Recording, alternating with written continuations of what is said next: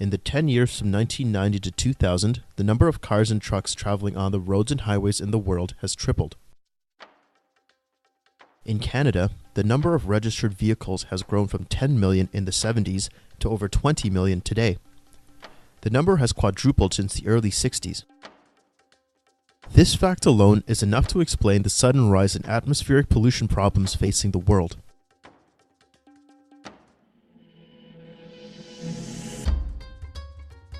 Before the Industrial Revolution in the 1800s, fossil fuels such as coal, oil, and gas were locked up within the Earth's crust. Pretty much all the carbon dioxide that was released by human activity came from wood fires.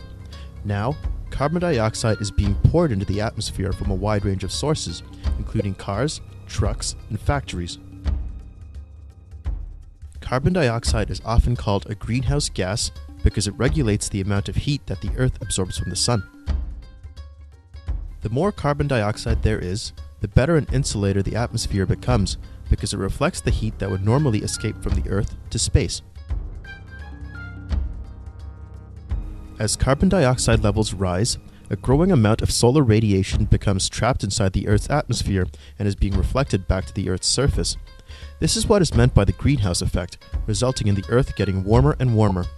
This triggers changes in the weather and causes sea levels to rise. Factories also dump vast amounts of greenhouse gases into the atmosphere, and as the world becomes increasingly more industrialized, this becomes more difficult to regulate. A recent idea is for governments to introduce what is being called a carbon tax on energy sources that emit carbon dioxide. The purpose of this tax is to reduce carbon dioxide emissions and thereby slow global warming. If we continue wasting carbon-based fuels on energy-inefficient cars and trucks in ground transportation, we will have doubled the carbon dioxide content in the atmosphere by 2050. In many cities, the average speed of the car driver is steadily going down due to traffic congestion and gridlock on roads. Car drivers spend more and more time in traffic jams surrounded by scores of other cars, each of whom is pumping exhaust fumes into the air from a uselessly idling engine. Air transportation, although it does not do away with pollution, minimizes the impact as it is more economical in its use of fuel on a per-passenger basis. For example, a commercial airplane carrying 300 passengers gives a total of 45 kilometers an individual per liter of jet fuel. The average size car will carry one person 11 kilometers per liter of gasoline. The truck is almost as polluting and damaging to life as the car. Anybody can see that the volume of truck traffic on the roads and highways is increasing. Much of this traffic is thought to be unnecessary.